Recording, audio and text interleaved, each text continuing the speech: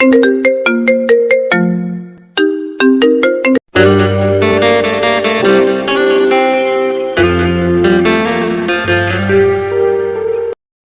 নতুন ভালোবাসার গল্প পেতে আমাদের চ্যানেলটি সাবস্ক্রাইব করে পাশে থাকা বেল আইকনে ক্লিক করুন। ধন্যবাদ। কখনো কল্পনা করিনি 7 বছর পর প্রিয়তির সাথে এইভাবে দেখা হয়ে যাবে। সবচেয়ে মজার ব্যাপার ছিল, দেখা হওয়ার সময় ও আমার ডক্টর আর আমি ওর পেশেন্ট। প্রায় অনেক বছর ধরে মাথার যন্ত্রণায় ভুগছি। অফিস থেকে আসার সময় সাইনবোর্ডে একটা নাম দেখতে পেয়েছিলাম। ওখানে বড় বড় করে লেখা ছিল doctor Priyoti Saha, medicine specialist. পাশে তার ছবিটাও দেওয়া ছিল। ছবিটার দিকে ভালো করে তাকিয়ে দেখে চেনার চেষ্টা করলাম। হ্যাঁ, এটাই প্রিয়তি হবে। তাই গাড়ি থেকে নেমে ভেতরে গিয়ে সিরিয়াল লিখালাম। সেখানে আমার মতো আরো অনেক অনেক রোগী ওয়েটিং রুমে অপেক্ষা করছিল। এত রোগীর ভিড়ে বেশ অস্বস্তি বোধ হচ্ছিল আমার, কারণ আমি এত ভিড়ভাট্টা একদম পছন্দ করি না। প্রিয়তির সাথে দেখা হবে ভেবে তাই চুপচাপ বসে রইলাম। প্রিয়তি যদি জানতো যে আমি এসেছি তাহলে নেহাত সবার আগে আমাকে তার চেম্বারে ডেকে পাঠাতো, কিন্তু ও জানতো না যে আমি এসেছি। বাকি সবার কথা চিন্তা করে আমিও সবার মতো অপেক্ষা করছি। এত বছর পর ওর সাথে দেখা হবে ভেবে কেমন ছটফট অবস্থা আমার। আর বারবার মনে হচ্ছিল, প্রিয়তি আমাকে চিনতে পারবে তো, নাকি চিনেও না চেনার ভান করবে। না না, প্রিয়তি এমন মেয়েই না। আমি ওর সামনে দাঁড়ালে ঠিকই চিনতে পারবে। আমি একটা কথা বুঝতে পারছি না যে মাত্র 7 বছরে ওর এত পরিবর্তন। ঘুরে দাঁড়িয়েছে হয়তো, লাইফটাকে সিরিয়াসলি নিয়েছে, তাই আজ সে মেডিসিন স্পেশালিস্ট। যাই হোক, দীর্ঘ সময় অতিক্রমের পর অবশেষে আমার ডাক আসলো। আমি ভেতরে যেতেই দেখলাম একজন মহিলা নিচু হয়ে বেশ মনোযোগ সহকারে প্রেসক্রিপশন লিখতে ব্যস্ত ছিল। পরনে সাদা পিপি, চোখ মোটা ফ্রেমের চশমায় বন্দি, আর সরু গলায় মাইক্রোস্কোপ ঝুলছে। আমার পায়ের শব্দ শুনে প্রেসক্রিপশন লিখতে লিখতে বলল, বসুন, কি সমস্যা বলে ফেলুন। আমি চেয়ার টেনে বসতে বসতে বললাম, মাথায় খুব যন্ত্রণা হয়। আমার ভয়েস শুনেই প্রিয়তি আমার দিকে চোখ তুলে তাকালো। দুজনেই দুজনের চোখের দিকে তাকিয়ে আছি। প্রিয়তি কিছুক্ষণ তাকিয়ে থেকে উঠে দাঁড়ালো। ওর অবাক চাহনি দেখে মুচকি হাসি দিয়ে বললাম, বসো প্রিয়তি, কুল ডাউন। আমি আজ তোমার পেশেন্ট হয়ে এসেছি। বাই দ্য ওয়ে, কেমন আছো? প্রিয়তি কিছু না বলেই তার চোখ থেকে মোটা ফ্রেমের চশমাটা খুলে ফেলল। তারপর এদিক ওদিক তাকিয়ে লম্বা দীর্ঘশ্বাস ফেলল। দীর্ঘশ্বাসের ধরন দেখে মনে হলো অনেক পুরনো দীর্ঘশ্বাস, যা বহু বছর ধরে সূক্ষ্ম হৃৎপিণ্ডে জমিয়ে রেখেছিল। আমাকে দেখেই তা খুব যত্ন সহকারে বেরিয়ে এসেছে। আপনি নিন, তাই না? চিনতে পেরেছো তাহলে? ভেবেছিলাম চিনতে পারবে না। প্রিয়তি চেয়ারে বসতে বসতে বলল, আপনাকে কিভাবে ভুলি, তা এতদিন পর এখানে?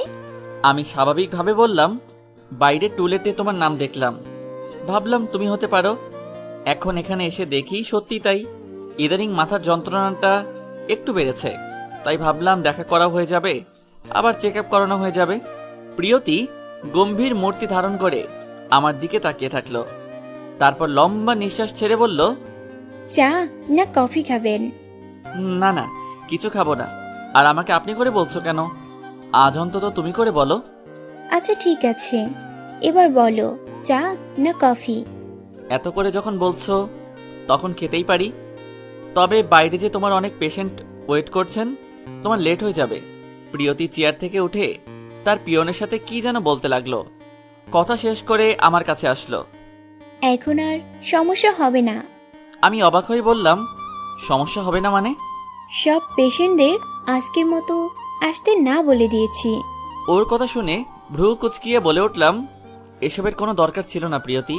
তুমি আমার জন্য এভাবে ওনাদের চলে যেতে বলতে পারো না। কাজটা ঠিক করনি। আমি আগে জানলে আসতাম না। প্রিয়তি মুচকি হেসে বলল, আমি তোমার জন্য রোজ অপেক্ষা করি, তুমি কি সেটা জানো? জাস্ট এই দিনের জন্য অপেক্ষা করেছিলাম। যেদিন তুমি নিজ থেকেই আমার কাছে আসবে আর এসে নিজ চোখে এই কালো মেয়েটার সফলতা দেখবে। আজ সেই দিন চলে এসেছে নীল। আমার সফলতা না দেখেই চলে যাবে? এত তাড়াতাড়ি তোমাকে কিভাবে যেতে দেই বলো? এত তাড়াতাড়ি তো তোমাকে যেতে দেওয়া যাবে না। ওর কথাগুলো শুনে অবাক চাহনিতে ওর চোখের দিকে তাকিয়ে থাকলাম। প্রিয়তি কি বলছে সব? মনের মধ্যে হাজারটা প্রশ্ন ঘুরপাক খাচ্ছিল। ও ঠিক কি বলতে চাচ্ছে বুঝে উঠতে পারছি না। এর মধ্যেই চেম্বারে একজন ভদ্রলোক আসলেন। তার কোলে 5 থেকে 6 বছর বয়সী মেয়ে। উনি এসে প্রিয়তিকে বলল, কি ব্যাপার, এখনো রোগী দেখা শেষ হয়নি? কখন থেকে ফোন দিয়ে যাচ্ছি, ফোন ধরছো না কেন? প্রিয়তি একটু নড়ে চড়ে বসলো, তারপর ফ্যাকাশে গলায় বলে উঠল, আর 20 মিনিট লাগবে, তোমরা একটু ওয়েট করো, আমি আসছি। ভদ্রলোক প্রিয়তির কথা শুনে বের হয়ে গেল। আমি তাৎক্ষণিক জিজ্ঞেস করলাম, কে হন উনি? তোমার হাজবেন্ড বুঝি? হুম ও ভালো। আর ওটা তোমার মেয়ে নিশ্চয়ই? হুম ভালো। জানো আমার হাজবেন্ড কি করে? কি করে? প্রিয়তি টেক্সটাইল অ্যান্ড কোম্পানির নাম শুনেছো? হ্যাঁ, ওটা তো বাংলাদেশের খুব নামকরা কোম্পানি। হ্যাঁ, উনি ওটার মালিক। বাহ বাহ, তাহলে তো তোমরা কোটি কোটি টাকার মালিক। হ্যাঁ, আর আমার ইনকাম জানো? না তো, প্রতিদিন কত ইনকাম করো? 8 থেকে 10,000। তার মানে মাসে 2,40,000, 3 লাখ টাকা। হুম বাহ, অনেক বড়লোক হয়ে গিয়েছো দেখছি। হুম ওর মুখে এসব কথা শুনে ভেতর থেকে হেসে উঠছি। এই হাসির পেছনে অনেক কারণ আছে। কেননা ক্লাস 10-এ থাকতে এই প্রিয়তি আমাকে প্রপোজ করে বসেছিল। আমি সেদিন হাঁ করে ওর মুখের দিকে তাকিয়েছিলাম, কিছু বলতে পারিনি, শুধু ওর থেকে মুখ ফিরিয়ে নিয়েছিলাম। ও তবুও আমাকে বোঝাতে চেষ্টা করত ও আমাকে কতটা ভালোবাসে, কিন্তু আমি ওর থেকে দূরত্ব বজায় রেখেছিলাম। কারণে অকারণে ওকে অবহেলা শুরু করি। তাও সে সময়ে সে আমার পিছু ছাড়তো না। রোজ স্কুল ছুটির সময় আমার জন্য দাঁড়িয়ে থাকতো, আমাকে কিছু বলার চেষ্টা করত। আমি ওর সামনে আসলেই ও কিছু বলতে পারতো না। এইভাবেই দিন যেত। একদিন স্কুলে গিয়ে লক্ষ্য করলাম মেয়েটা ইদানিং স্কুলে আসছে না। রোজ যেখানে আমার জন্য অপেক্ষা করত সেখানেও আর আসে না। মনে মনে ওকে খুঁজতাম ঠিকই, কিন্তু কাউকে বুঝতে দিতাম না। বেশ কয়েক মাস ধরে তাকে আর খুঁজে পেলাম না। একদিন রাতে বিছানায় শুয়েছিলাম, হঠাৎ একটা অচেনা নাম্বার থেকে কল আসলো। আমি রিসিভ করতেই ওপাশ থেকে কেউ কান্না জুড়ে দিয়েছিল। আমি জিজ্ঞেস করেছিলাম, কে আপনি? কাঁদছেন কেন? আমি প্রিয়তি, চিনতে পেরেছেন? আমি বললাম, প্রিয়তি? এতদিন কোথায় ছিলে? স্কুলে আসো না কেন? ও এর উত্তরে বলেছিল, আমাকে বিয়ে করবেন? কথাটা শুনেই অবাক হলাম। তারপর হো হো করে হেসেছিলাম। ওপাশ থেকে কান্নার আওয়াজটা যেন আরো বেড়ে গিয়েছিল। তারপর কলটাও কেটে গেল। এরপর থেকে আর কোনো দিন ওর সাথে আমার কথা হয়নি। স্কুলে গেলে ওকে খুব মিস করতাম। আজ ঠিক 7 বছর পর ও আমার সামনে। আমি আজও জানি না ও আমাকে সেদিন কেন ফোন করে বিয়ের প্রস্তাব দিয়েছিল। আজ সেই মেয়েটা এত বড় একজন মানুষ হয়ে যাবে নিজের চোখকে বিশ্বাস করতে পারছি না। প্রিয়তি এবার আমার চোখের সামনে হাত নেড়ে বলতে লাগলো, কি ভাবছো? ঘোর কেটে যেতে বলে উঠলাম, কিছু না। খুব অবাক হচ্ছ আমাকে দেখে, তাই না? আসলে অবাক হওয়ারই কথা। আমাকে তো তুমি এই জায়গায় কল্পনা করনি। প্রিয়তি কফিতে চুমুক দিতে দিতে আবারও বলল, তোমার মনে আছে আমি একটা মেয়ে হয়ে তোমাকে নির্লজ্জের মতো প্রপোজ করতে গিয়েছিলাম, আর তুমি আমাকে ফিরিয়ে দিয়েছিলে। এত বছর পর এমন প্রশ্নের মুখোমুখি হব ভাবতেই পারিনি। ওকে কি বলবো ঠিক বুঝে উঠতে পারছি না। ও অনর্গল বলেই যাচ্ছে, কারণ আমি দেখতে কালো ছিলাম, তাই না? সেদিন তুমি আর তোমার বন্ধুরা মিলে খুব হেসেছিলে। তোমার বন্ধুরা আমাকে দেখিয়ে হাসাহাসি করতো, আর তুমি কিছুই বলতে না, শুধু চুপচাপ দাঁড়িয়ে দাঁড়িয়ে তামাশা দেখেছো। তুমি কি কখনো ভেবে দেখোনি কেন একটা মেয়ে তোমাকে নিজ থেকে যেচে এসে প্রপোজ করলো? আর কেনই বা তোমার এত অবহেলা সত্ত্বেও ফোন করে কাঁদতে কাঁদতে বিয়ের কথা বলেছিল সেদিন, কখনোই ভাবনি সেটা। আমার গল্পটা একবারও জানার চেষ্টাও করনি। আমি জানি আসলে আমি কালো বলে কেউ আমাকে ভালো চোখে দেখতো না, এমনকি আমার মা বাবাও না। তুমি কি জানো, জন্মের পর মাকে হারিয়েছি, সৎ মার হাতে মানুষ হয়েছি। উঠতে বসতে মার খেতাম, ঘরের সব কাজ আমাকে দিয়ে করানো হতো। কাজে একটু ভুল হলেই মার খেতে হতো। আমাকে দিয়ে এত খাটাতো যে কাজ করে ঘুমাতেও পারতাম না ঠিক মতো। নিজের বাড়িতে কাজের মেয়ের মতো থাকতাম। সারা দিন রাত কাজ করে সন্ধ্যায় যখন পড়তে বসতাম, তাতেও আমার সৎ মা খুশি থাকতো না। শুধু বলতো, এত পড়ালেখা করে কি লাভ? যতই পড়ালেখা করিস তোকে কোনো রিক্সাওয়ালাও বিয়ে করতে আসবে না। আয়নায় নিজের চেহারা দেখেছিস কখনো? শুধু কি এইটা, আমাদের পাড়ায় মেলা হলে ইচ্ছে করতো সেখানে সেজে গুজে যেতে, কিন্তু আমি তাও পারতাম না। কারণ আমার বান্ধবীরা দেখে বলবে, তুই যে কালো, তুই সাজলেই কি না সাজলেই কি? বাইরে বের হলে লোকগুলো আমার দিকে অন্য চোখে তাকিয়ে থাকতো।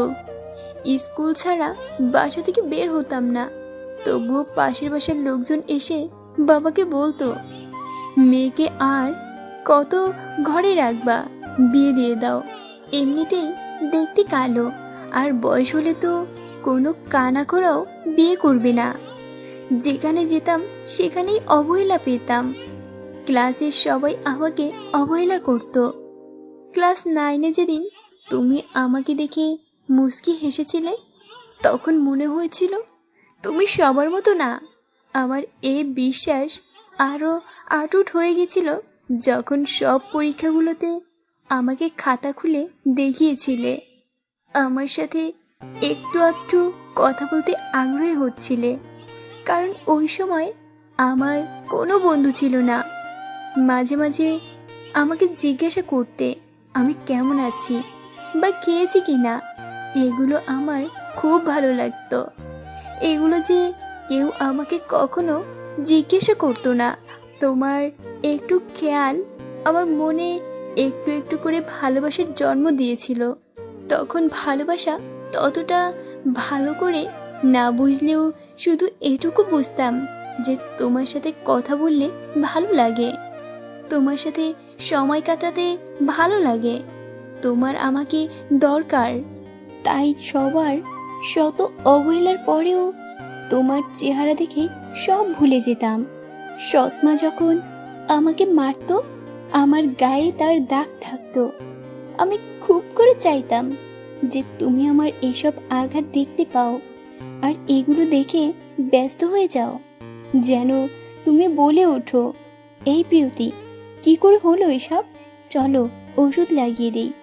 কিন্তু তুমি একদমই বুঝতে পারতে না, কারণ তুমি আবার অতটা কাছে আসার চেষ্টা করো না। আমার প্রতি কেমন যেন একটা ব্যবহার করতে। তখন একটু একটু বুঝতে পারতাম হয়তো আমি একটু বেশিই কালো, তাই এমন করো, কিন্তু নিজের মনকে বোঝাতে পারতাম না। তোমাকে দেখার জন্য ছটফট করতাম শুধু। তাই সেদিন নির্লজ্জের মতো প্রপোজ করতে গিয়েছিলাম, কিন্তু তুমি আমাকে কিছু না বলেই ফিরিয়ে দিয়েছিলে। কারণ হিসেবে ধরে নিয়েছিলাম আমি দেখতে কুৎসিত। তোমার এমন অবহেলা পেয়ে সেদিন থেকে আস্তে আস্তে নিজেকে গুছিয়ে নেওয়া শুরু করলাম। সব ঠিকঠাক ছিল, কিন্তু কে জানতো সেদিন আমার বাবা আমার বিয়ে ঠিক করে ফেলবে, তাও আবার 2 ছেলে মেয়ের বাপের সাথে। কান্না করতে করতে বাবাকে যখন বলেছিলাম, বাবা, আমি কি তোমাদের কাছে এতটাই পচে গিয়েছি যে শেষমেশ আমাকে একজন বয়স্ক লোকের সাথে বিয়ে ঠিক করেছো, তাও আবার 2 সন্তানের বাবা? উত্তরে সেদিন বাবা বলেছিল, দেখ, বোঝার চেষ্টা কর, আমার অবস্থা বর্তমানে খারাপ, আর এমনিতে তুই দেখতে কালো। এই অবস্থায় তোকে কে বিয়ে করবে বলতো? আমার তো আর তেমন সামর্থ্য নেই যে তোকে ভালো ঘরে বিয়ে দেব। তোকে তো আর সারা জীবন বসে বসে খাওয়াতে পারবো না। ছেলেটার বেশি বয়স না, আর যেমন তেমন ছেলে না, বিরাট ব্যবসা আছে, তুই সুখেই থাকবি। সেদিন বাবাকে বলেছিলাম এর থেকে আমাকে বিষ এনে খাইয়ে দাও। এরপরেও আমার বাবা আবার কোনো কথা শুনেনি, আমাকে জোর করে ঘরের মধ্যে আটকিয়ে রেখেছিল। ভেবেছিলাম মরে যাব, কিন্তু তখনই তোমার মুখ চোখ সামনে ভেসে উঠেছিল। অনেক ভেবে সিদ্ধান্ত নিয়েছিলাম একবার শেষ চেষ্টা করব। তাই সেদিনও তোমাকে কল করে নির্লজ্জের মতো বলেছিলাম বিয়ে করবে না আমায়, কিন্তু তুমি হেসেছিলে। আমার কথা শুনে সেদিন তুমি হো হো করে হেসেছিলে, আর আমি ওপাশ থেকে কান্না করেছিলাম, কিন্তু তুমি আমার কান্না দেখতে পাওনি নীল। বিয়ের দিনই ভেবেছিলাম সুইসাইড করব, কিন্তু তা করতে গিয়েও আমি পারিনি। মনে একটা জিদ তৈরি হলো যে মরে গেলাম তো হেরে গেলাম, আমার যেভাবেই হোক বাঁচতে হবে, অন্তত ওদের জন্য বাঁচতে হবে যারা আমাকে এত অবহেলা করেছে, ওদেরকে আমায় দেখাতে হবে। তাই সেদিন বাড়ি থেকে পালিয়ে এসেছিলাম। এই বান্ধবীর বাসায় 2 দিন, ওই বান্ধবীর বাসায় 2 দিন থেকে ওর হাতে পায়ে ধরে ঢাকাতে একটা গার্মেন্টসে চাকরি নিলাম। ওখানকার মেসেই থাকতে শুরু করলাম, কিন্তু পড়াশোনাটা তখনও ছাড়িনি। সারাদিন গার্মেন্টসে কাজ করে খুব ক্লান্ত হয়ে যেতাম। কাজ শেষ করতে করতে সন্ধ্যা লেগে যেত, তারপর এসেই ঘুমিয়ে যেতাম। ঘুম থেকে উঠতে উঠতে রাত 12টা বেজে যেত। তখন উঠে পড়তে বসে যেতাম, রাত 4টা পর্যন্ত পড়তাম। তারপর আবার ঘুমিয়ে 6টায় উঠে গার্মেন্টসের জন্য বেরিয়ে পড়তাম। ওখানেও অবহেলা পেয়েছি জানো। ওখানে যারা আমার সাথে কাজ করত, আমার চেয়ে যারা দেখতে সুন্দর, গায়ের রং শ্যামলা বা ফর্সা, দেখতাম ছেলেরা তাদের সাথে আগ বাড়িয়ে কথা বলতো, কারণে অকারণে আমার চোখের সামনে চা কফি খাওয়ার জন্য বলতো, অথচ কোনো ছেলে ভুল করেও আমাকে কোনোদিন বলেনি আমি কেমন আছি বা খেয়েছি কি না। আমি সে সময় চাইতাম যে কেউ আমার সাথে কথা বলুক, আমার কষ্টটা একটু বোঝার চেষ্টা করুক, কেউ বুঝুক আমায়, কিন্তু কেউ আমার চোখের দিকে ভালো করে তাকিয়েও দেখেনি, আমার চেহারায় মুগ্ধতা খুঁজেনি, কখনো ভুল করে বলেনি কাজল পরলে আমাকে মায়াবতী লাগে, কখনো আমার ঘন কালো চুলে নাক ডুবিয়ে বলেনি তার চুলের ঘ্রাণ কারো নেশার কারণ, আমার বুকে কান পেতে শুনেনি প্রতি মিনিটে 72 বার স্পন্দিত হওয়ার সময় কি বলে। এভাবেই চলতে থাকে আমার দিনগুলো। এমন অনেক দিন কাটিয়েছি যেদিন কান্না করতে করতে সারা রাত পার করে দিয়েছি। সেই সময়ে তোমার কথা খুব মনে পড়তো জানো। ভাবতাম এই বুঝি তুমি এসে আমার চোখের জল মুছিয়ে দিয়ে যাবে, কিন্তু আমার ভাবনাকে মিথ্যা করে দিয়ে তুমি আসতে না নীল। আমার কষ্টগুলোকে শুধু আমাকেই নিতে হয়েছে। আমার নীরব আর্তনাদ আর চিৎকার কেউ শুনতে পায়নি। আমার সব কষ্ট ওই দিনই সার্থক হয়েছিল, যেদিন এসএসসি আর এইচএসসি পরীক্ষায় A+ পেয়েছিলাম। আমার খুশিটা কান্নায় পরিণত হয়েছিল সেদিন। তখন যদি আমার মা বেঁচে থাকতো, হয়তো তিনিই সবচেয়ে বেশি খুশি হতেন, কিন্তু আমার দুর্ভাগ্য দেখে আমার এই খুশি ভাগ করে নেওয়ার মতো কেউই ছিল না। সংবর্ধনা অনুষ্ঠানে যখন আমার নাম ঘোষণা করা হয়েছিল, সবাই আমাকে দেখে সেদিন হা করে তাকিয়েছিল।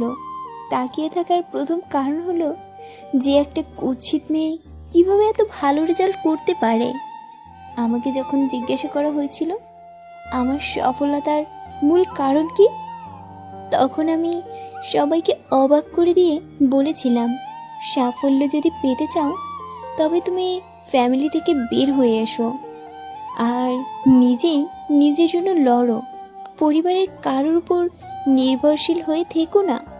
আমার লাইফে আমি এত দূর এসেছি, তা আমার নিজের ইচ্ছা শক্তিতেই এসেছি। নিজের গায়ে খেটে এত দূর এসে পৌঁছেছি। একটা কথা মনে রাখবে, এই পৃথিবীতে কেউ কারো না। এটা স্বার্থপর পৃথিবী। এখানে তোমাকে একাই লড়াই করতে হবে। আমিও একাই লড়াই করেছি, তাই সফলতা পেয়েছি। তুমি সফলতা অর্জন না করতে পারলে কেউ তোমাকে দাম দেবে না। আমার এমন বক্তব্য শুনে উপস্থিত সব দর্শকরা হা করেছিল। সেই দিন থেকেই শুরু। ওখানকার একজন চেয়ারম্যান আমার গল্প শুনে আমার পড়ালেখার সব দায়িত্ব নিয়ে নেন। ওনার কারণেই আজ আমি মেডিসিন স্পেশালিস্ট হতে পেরেছি। ওনার প্রতি আমি কৃতজ্ঞ। দেখো, আজ আমি শুধু প্রিয়তি সাহা নয়, ডক্টর প্রিয়তি সাহা। তোমাকে ধন্যবাদ। সেদিনগুলোতে তুমি যদি আমাকে অবহেলা না করতে, আমাকে বিয়ে করতে রাজি হতে, তবে আমি এত দূর আসতে পারতাম না। তোমাকে ধন্যবাদ আমাকে অবহেলা করার জন্য। আর ওদের সবাইকেও ধন্যবাদ যারা আমাকে উপেক্ষা করেছিল। নীল, দেখো আজ আমার জন্য কত লোক অপেক্ষা করে থাকে। প্রতিদিন 100 এর উপরে ফোন না পেলে আমার বাড়ি পর্যন্ত চলে আসে। এক সময় আমাকে কেউ খুঁজতো না, আজ সবাই আমাকে খোঁজে। এই কালো মেয়েটাকে আজ সবার দরকার। সবাই আমার পেছনে ছুটে। আমার আর এখন কারো পেছনে ছুটতে হয় না। সবাইকে হার মানিয়ে দিয়েছি আমি। সবাইকে হার মানিয়েছি। আজ আমি জিতে গেছি। দেখো, ওর কথাগুলো শুনছিলাম আর ভাবছিলাম আমি সার্থক। সেদিন হয়তো আমার অবহেলাতেই ও আজ এত দূর এসেছে। এই জন্য আমি সত্যি সার্থক। ওর গল্প শুনে মাথা ব্যথাটা কোথায় যেন হারিয়ে গেল। চোখের কোণে জল লুকিয়ে রেখে আমি আচমকা উঠে দাঁড়ালাম। প্রিয়তি ফ্যাকাশে গলায় প্রশ্ন তুলল, কি হলো? উঠে যাচ্ছ যে? চেক আপ করাবে না? আমি নির্লিপ্ত উত্তর বললাম, না। আমার জন্য কষ্ট হচ্ছে নাকি আফসোস করছো? আমার মুখ থেকে আর একটা শব্দ বের হচ্ছে না। বুকে হাত দিয়ে মনে হলো প্রতি মিনিটে 72 বার স্পন্দনের জায়গায় 100 বার করে স্পন্দন হচ্ছে। কি হলো? কিছু বলছো না যে? ও হ্যাঁ, তোমার তো এখন কিছুই বলার নেই। আচ্ছা যাই হোক, তোমার ঠিকানা আর ফোন নাম্বারটা দিয়ে যাও। মাঝে মাঝে তোমার খবর নেব। বুকের ব্যথাটা ততক্ষণে যেন একটু কমে এসেছে। পকেট থেকে আমার ভিজিটিং কার্ড বের করে ওর হাতে দিলাম। প্রিয়তি দেখে বলল, তোমার কোম্পানির নাম প্রিয়তি টেরাস। প্রিয়তি কে? আমি শান্ত গলায় বললাম, আমার মেয়ে। বাহ বাহ, তবে আমার নামের নাম রাখতে গেলে কেন? এমনি। তা তোমার ওয়াইফ দেখতে কেমন? অনেক সুন্দরী নিশ্চয়ই? আমি শিওর অনেক সুন্দরী। আমার মতো অন্তত কালো হবে না। হ্যাঁ, অনেক সুন্দরী। বাসায় একদিন এসো, দেখাবো। এই বলে ওর চেম্বার থেকে বেরিয়ে যাচ্ছি। প্রিয়তি উঠে দাঁড়িয়ে আমার চলে যাওয়া দেখছে। আমার সামনের পথগুলো কেমন যেন ঝাপসা হয়ে আসছে। চোখে হাত দিয়ে দেখলাম আমি কাঁদছি। প্রিয়তি জানে না যে কেন ওকে সেদিন ওকে আমি ফিরিয়ে দিয়েছিলাম, কেন ওকে বুঝেও না বোঝার ভান করে থেকেছিলাম। ও কালো বলে ওকে আমি অবহেলা করিনি। আমিও যে ওকে ভালোবাসতাম, ওর মধ্যে যে ভালো লাগা খুঁজে পেয়েছিলাম তা আমি আর কারো মধ্যে পাইনি। একটা সহজ সরল সাদা মেটে মেয়ে ছিল যে হাসলে মায়াবতী লাগতো। আমিও যে লুকিয়ে লুকিয়ে ওকে দেখতাম, কিন্তু ওকে বুঝতে দেইনি। কেন বুঝতে দেইনি? ও কি জানতো? না, ও জানতো না। আমি ওকে জানতেই দেইনি। ও যদি জানতো যে আমার ব্রেন ক্যান্সার ধরা পড়বে আর আমি 1 বছরের বেশি বাঁচবো না, তাহলে ওর কি খুশি থাকতে পারতো? পারতো আমাকে নিয়ে স্বপ্ন দেখতে? প্রিয়তিকে যদি তখন জানাতাম তবে হয়তো খুব কাঁদতো আমার জন্য। এই জন্য ওকে আমি কিছুই বুঝতে দেইনি। ওকে আমার মায়াও জড়াতে দেইনি। তাই ওকে খুব করে অবহেলা করে দূরে ঠেলে দিয়েছি। মাত্র 1 বছরের জন্য ওকে যে আমার জীবনে জড়াতে দেইনি। যখন শুনেছিলাম তুমি বাসা থেকে পালিয়ে গিয়েছো, তখন খুব কেঁদেছিলাম জানো। আমার জন্যই তোমার সেদিন ওই অবস্থা হয়েছিল। তোমাকে দূরে রেখে আমি শান্তিতে থাকতে পারিনি। দেখো, আমি আজও বিয়ে করিনি। আমি তোমাকে মিথ্যে বলেছি প্রিয়তি। আমার কোম্পানি তোমার নামে রেখেছি। তুমি জানো নি প্রিয়তি, এক জীবনে তোমাকে কতটা ভালোবেসেছি। আমি জানি না ডাক্তারের রিপোর্টকে অবাক করে দিয়ে আমি কিভাবে আজও বেঁচে আছি। হয়তো তোমার জন্যই বেঁচে আছি। তোমার এই সফলতা দেখার জন্যই আমাকে নিয়তি বাঁচিয়ে রেখেছে। সত্যি প্রিয়তি, তুমি কালো বলে তোমাকে অবহেলা করিনি। আমিও যে তোমাকে ভালোবেসেছিলাম, কিন্তু বলতে পারিনি। উপরে যিনি বসে আছেন তিনি নিয়তি তৈরি করেন। আমার নিয়তি ঠিক উনি তৈরি করে রেখেছেন। নিয়তি তো তার সাথে সম্পর্ক করিয়ে দেয় যাকে জীবনে পাওয়া যাবে না। নিয়তি আমার জন্য তোমাকে তৈরি করেনি। এই অনাথ ছেলেটা আজীবন অনাথই থেকে গেল, কারো ভালোবাসা পেল না। আমার খুব ইচ্ছে করে যে আমার জীবনের শেষটায় কি লেখা আছে দেখতে। বেঁচে থাকতে আমিও যে মৃত্যু যন্ত্রণায় ছটফট করি। রোজ রাতে নীরব হাহাকার আর আর্তনাদ কাউকে বুঝতে দেইনি আমি। প্রিয়তি, আমি মরে গিয়েছি। অনেক আগেই নিজের কাছে নিজে মরে গিয়েছি। অনেকটা আশা নিয়ে তোমার কাছে গিয়েছিলাম, কিন্তু ভাবিনি যে তুমি আমার ধরাছোঁয়ার বাইরে। তুমি আজ অনেক বড় মানুষ হয়ে গিয়েছ। এখন আমি তোমার কাছে ঝরে পড়া বকুল ফুলের মতোই। আমি জানি তুমি আর কখনো আমাকে তুলে সুই সুতা দিয়ে গাঁথতে চেষ্টা করবে না, আমাকে গলায়ও রাখবে না। এখন সবাই তোমার অপেক্ষা করে, তাই না? আমিও যে অপেক্ষা করতাম, 7 বছর ধরে তোমার অপেক্ষা করতাম, কিন্তু আজ থেকে আর অপেক্ষা করব না। তুমি জানো না প্রিয়তি, এক জীবনে তোমার অপেক্ষায় আমার ফুসফুসে বিশাল ধোঁয়ার পাহাড় বানিয়ে ফেলেছি। সবাই আমাকে কুচকুচে কালো ঠোঁটের দিকে তাকিয়ে থাকে। আমার দিকে প্রশ্ন ছুড়ে দিতে চাই কেন আমার ঠোঁট দুটো আমি এভাবে পুড়িয়ে ফেলেছি। আরেকটা কথা জানো প্রিয়তি, সবাই এখন আমাকে ঘুম পাগল বলে ডাকে, কিন্তু ওরা তো আর জানে না আমার রোজ রাতে স্লিপিং পিলে কষ্ট ভুলে থাকতে হয়। না হলে যে আমি ঘুমাতে পারি না একদম। জেগে থাকলে যে তোমাকে খুব মনে পড়ে, তোমার কথা সারাক্ষণ ভাবায়। ঘুমিয়ে থাকলে তোমার কথা একদম মনে পড়ে না। তাই তো কারণে অকারণে ঘুমিয়ে থাকি। ঘুম না আসলেও জেগে থেকে আমি ঘুমের স্বপ্ন দেখি। ইদানিং ঘুমের স্বপ্ন দেখেই ঘুমাতে হচ্ছে জানো। ডাক্তাররা এখন প্রেসক্রিপশন ছাড়া স্লিপিং পিল দিতে চায় না, কিন্তু ডাক্তাররা তো আর আমার নির্ঘুম রাতের গল্পগুলো জানে না। জানলে ঠিকই প্রেসক্রিপশন ছাড়াই দিয়ে দিত। সব সহ্য করতে করতে ধৈর্য হারিয়ে ফেলেছি। মনকে বারবার বুঝিয়েছি একদিন না একদিন সব ঠিক হয়ে যাবে, কিন্তু আর ঠিক হলো না। তোমার আর আমার সাথে কিছুই ঠিক হলো না। হাঁটতে হাঁটতে গাড়ির কাছে আসতেই একবার পিছু ফিরে তাকালাম। আমার তাকানোর কারণ ছিল প্রিয়তি হয়তো রাস্তায় দাঁড়িয়ে আমার চলে যাওয়া দেখবে, কিন্তু আমার ভাবনাকে মিথ্যে করে দিয়ে প্রিয়তি যে দাঁড়িয়ে নেই। ও, আমি তো ভুলেই গিয়েছিলাম ওর হাজবেন্ড আর ওর মেয়ে ওর জন্য অপেক্ষা করছে। আমার জন্য কেনই বা শুধু শুধু দাঁড়িয়ে থাকবে? আমিও যে কি শুধু শুধু ওকে নিয়ে ভাবছি। হঠাৎ মাথাটা কেমন যেন ঝিমঝিম করে উঠল, চোখে যেন অন্ধকার দেখতে লাগলাম। আকাশের দিকে তাকিয়ে দেখি সব যেন আমার চারদিকে ঘুরছে। তারপর আর কিছুই মনে নেই। চোখটা খুলে আবিষ্কার করলাম আমি হাসপাতালের বেডে শুয়ে আছি। সবচেয়ে অবাক করা বিষয় হলো প্রিয়তাও সেখানে উপস্থিত ছিল। আমি ওকে দেখে হকচকিয়ে গেলাম। ও কেন এখানে এসেছে? ওর সাথে তো আমার কিছুই নেই। আর ও যেখানে এসেছে ওর হাজবেন্ড কি জানে? জানলে কি বা মনে করবে? আমি বেশ উত্তেজিত হয়ে আমার গাড়ির ড্রাইভারকে বললাম, মতিন, উনি কেন এখানে এসেছেন? ওনার হাজবেন্ড না ওনার জন্য অপেক্ষা করছেন? ওনাকে চলে যেতে বলো। প্রিয়তি তার সরু গলা গম্ভীর করে আমাকে বলতে লাগলো, আমাকে তাড়িয়ে দিতে চাচ্ছ? না না প্রিয়তি, তোমাকে তাড়িয়ে দেওয়ার আমি কে? তোমাকে তাড়ানোর ক্ষমতা আমার নেই। তুমি মস্ত বড় একজন মানুষ, তোমাকে তাড়িয়ে দেওয়ার কেউ না আমি।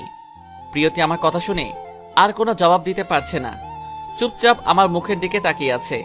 কেন যেন প্রিয়তিকে আমার সহ্য হচ্ছে না। আমি যেন কেমন কাতরে কাতরে উঠছি। না, ওকে তো আমি আর এখন ভালোবাসি না। তবে এমন কেন হচ্ছে আমার?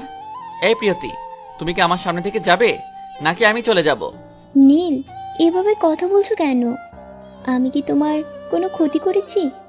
আমি তো তোমাকে এখানে নিয়ে আসলাম। তুমি যখন চলে যাচ্ছিলে আড়াল থেকে তোমার চলে যাওয়া দেখছিলাম।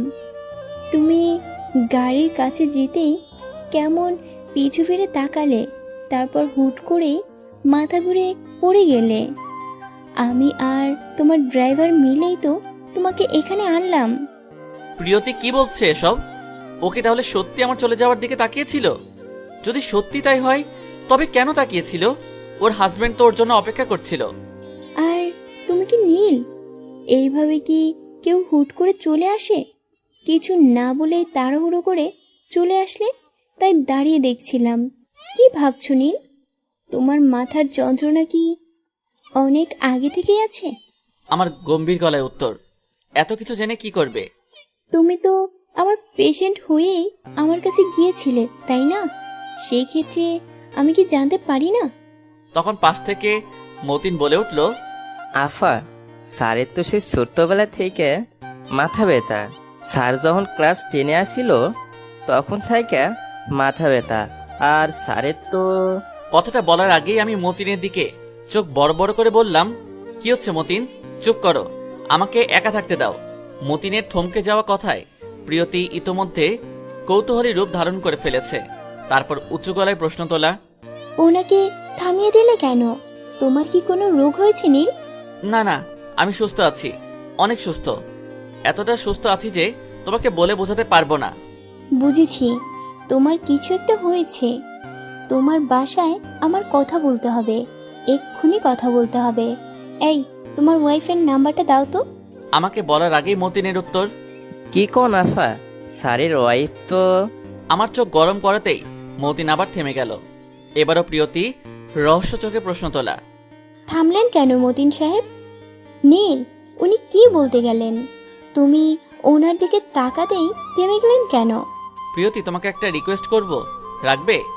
কি বলো? প্লিজ তুমি চলে যাও। আমার ঘরে বউ বাচ্চা আছে, আমার ওয়াইফ যে কোনো মুহূর্তে চলে আসতে পারে। প্লিজ তোমার কাছে হাত জোর করছি, তুমি চলে যাও। প্রিয়তির চোখের স্তব্ধতা দেখে বুঝতে পারলাম প্রিয়তি কথাটা গায়ে লাগিয়েছে। এদিক ওদিক ঘুরে তাকিয়ে দেখছে, আমার চেহারার দিকে তাকিয়ে আমাকে বোঝার চেষ্টা করছে, কিন্তু আমি নিতান্তই ওর থেকে মুখ ফিরিয়ে নিচ্ছি। অবশেষে প্রিয়তি চলে গেল। আমিও কেমন স্বস্তির নিঃশ্বাস ফেললাম। আসলে এটা কি স্বস্তির নিঃশ্বাস, নাকি ওকে ইচ্ছে করে তাড়িয়ে দেওয়াতে অনুশোচনার নিঃশ্বাস? না, ওকে নিয়ে কোনো অনুশোচনা নেই। আমি তো একটু আগে আমার ভালোবাসাকে বিসর্জন দিয়ে এসেছি। মতিন আমাকে বাসায় নিয়ে চলো, আমার এখানে দম বন্ধ হয়ে আসছে। অবশেষে মতিন আমাকে বাসায় নিয়ে আসলো। খানিকক্ষণ রেস্ট নিয়ে ছাদে চলে আসলাম। আজকের ঘোর লাগা মায়াবী চাঁদটা কেমন অন্যরকম দেখাচ্ছে।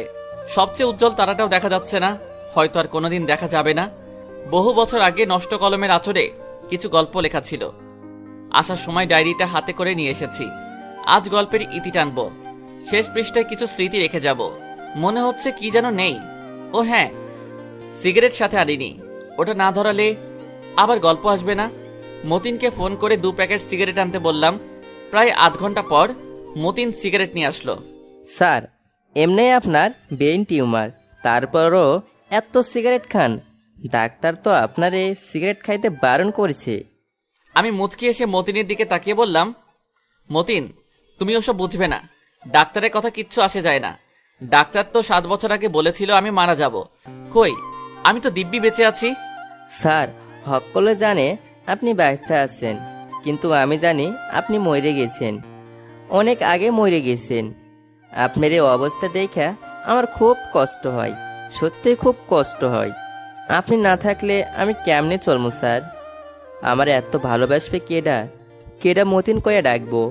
আপনি যখন আমার প্রথম চাকরি দিছিলেন, আপনারে দেখে কখনো মনে হয় নাই আপনার ব্রেন ক্যান্সার, আপনি যে কোনো সময় মরে যাইতে পারেন। কিছুদিন আগে যখন জানতে পারলাম তখন বুকের মধ্যে কেমন জানি ধুক করে উঠছিল। এখনো আপনারা দেখলে বুকের মধ্যখানে ধুক করে ওঠে। মতিনের চোখের দিকে তাকিয়ে দেখলাম মতিনের চোখ মেঘে জমেছে, একটু পরে বৃষ্টি নামবে। মতিন, কোন স্যার? চোখের জল মুছো। তোমার কোনো চিন্তা নেই মতিন, আমি না থাকলে তুমি আমার কোম্পানি দেখবে। যাওয়ার সময় তোমাকে সব বুঝিয়ে দিয়ে যাব, তুমি নিশ্চিন্তে থাকো। কি, আমার কোম্পানি দেখে রাখতে পারবে তো? কথা বলা মাত্রই মতিন আমার বুকে ঝাঁপিয়ে পড়ল আর বাচ্চাদের মতো কাঁদতে শুরু করে দিল।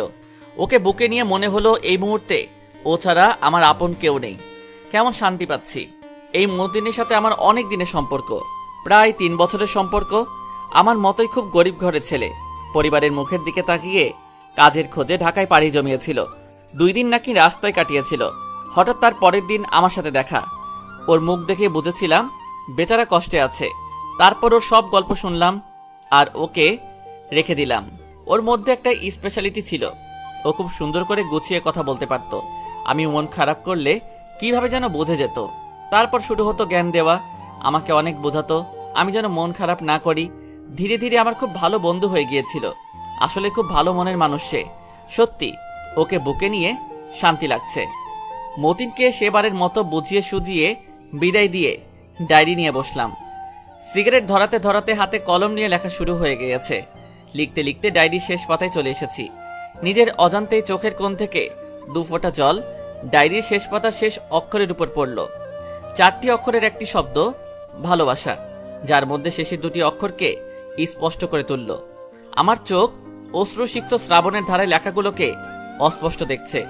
হাত ঘড়িতে তাকিয়ে দেখলাম রাত প্রায় 3টা ছুঁই ছুঁই। পরক্ষণে মনে হলো আমি 1 প্যাকেট সিগারেট এর মধ্যেই সাবার করে ফেলেছি। এর আগে কখনো 1 প্যাকেট সিগারেট একবারে খাইনি। এটা খাওয়ার পর আমার গলা বুক চলে যাচ্ছে, সাথে মাথার যন্ত্রণাও বেড়ে যাচ্ছে। মনে হচ্ছে আমি আমার মধ্যে নেই, কেমন শ্বাসকষ্ট হচ্ছে। চারপাশ ভীষণ অন্ধকার। আমি চিৎকার করলে কেউ বোধহয় শুনতে পারবে না। কেন জানি না গলা ফাটিয়ে চিৎকার করতে ইচ্ছা করছে। চিৎকার করতে গিয়েও পারলাম না। তারপর আর কিছুই মনে নেই। চোখটা খুলে দেখি আমি হাসপাতালে। সবাই আমার চারদিকে গিয়ে মরা কান্না কাঁদছে। এ কি, সবাই কাঁদছে কেন? আমার মুখের উপর সাদা কাপড় কেন? তাহলে কি সত্যি আমি মারা গিয়েছি? ভালো করে দেখি তো। এ কি, মতিনও দেখি কাঁদছে। এই মতিন, শুনতে পাচ্ছ? আমাকে বাসায় নিয়ে চলো। কি হলো মতিন, আমার কথা কি শুনতে পাচ্ছ না? কেউ দেখি আমার কথা শুনছে না, সবাই শুধু কেঁদেই চলেছে। ভালো করে তাকিয়ে দেখলাম কেউ যেন আমার বুকের উপর ঝাঁপিয়ে পড়ল। আওয়াজ শুনে মনে হলো প্রিয়তি এসেছে। না না, প্রিয়তি কি করে আসবে? আর ও আসলে আমার বুকে মাথা কেন রাখবে? ওর তো হাজবেন্ড আছে, আর পরপুরুষের বুকে কেনই বা মাথা রাখতে যাবে? কিন্তু এটা তো প্রিয়তি মনে হচ্ছে। ও চিৎকার করে বলছে, আমি স্পষ্ট শুনতে পাচ্ছি। এই নীল, তুমি কেন বলনি সেদিন? কেন লুকিয়ে রেখেছিলে আমার কাছ থেকে? তুমি আমার খুশির জন্য নিজেকে এইভাবে সরিয়ে নিলে? তুমি আমায় এত ভালোবাসো আর আমাকে জানতেও দাওনি। তুমি নিজেকে কি ভাবো? হ্যাঁ, কেন এইভাবে আমাকে রেখে চলে গেলে? ক্ষমা চাওয়ার একটা সুযোগও দিলে না। তুমি যদি একবার বলতে, তাহলে তোমাকে আমার চেম্বারে ওইভাবে অপমান করতাম না নীল। আমি সত্যি অপরাধী হয়ে গেলাম, সারা জীবনের জন্য তোমার কাছে অপরাধী হয়ে গেলাম। ওঠো, একবার ওঠো প্লিজ, শুধু একবার ওঠো। প্রিয়তি সব জানলো কিভাবে? নিশ্চয়ই মতিন বলেছে। মতিনও যে কি, মতিনকে আচ্ছা করে বকে দিব এখনই। এই মতিন, এই তোমাকে না বারণ করেছিলাম, তারপরে প্রিয়তিকে সব বলে দিলে? কিন্তু মতিন আমার কোনো কথা শুনছে না, চুপচাপ চোখের জল ফেলছে শুধু। তবে কি সত্যি আমি মারা গিয়েছি? একটু ভালো করে দেখি তো। সত্যি তো, আমি আমার হাত পা কিছুই নাড়াতে পারছি না, আমার কথাও কেউ শুনতে পাচ্ছে না। হ্যাঁ, সত্যি আমি মারা গিয়েছি। সবার চোখকে ফাঁকি দিয়ে আমি অনেক দূরে চলে গিয়েছি, অনেক দূরে, যেখান থেকে আর কোনো দিন ফেরা হবে না, কাউকে আর ভালোবাসা হবে না। প্রিয়তি, তুমি কেঁদো না। মরার আগে আমি যে তোমার দেখা পেয়েছি, তোমার সাফল্য দেখে যেতে পেরেছি। তুমি আমাকে ছাড়াই অনেক ভালো থাকবে। তোমার স্বামী সন্তানকে দেখে রেখো, আর আমার জন্য চিন্তা করো না। ওপারে খুব ভালো থাকবো।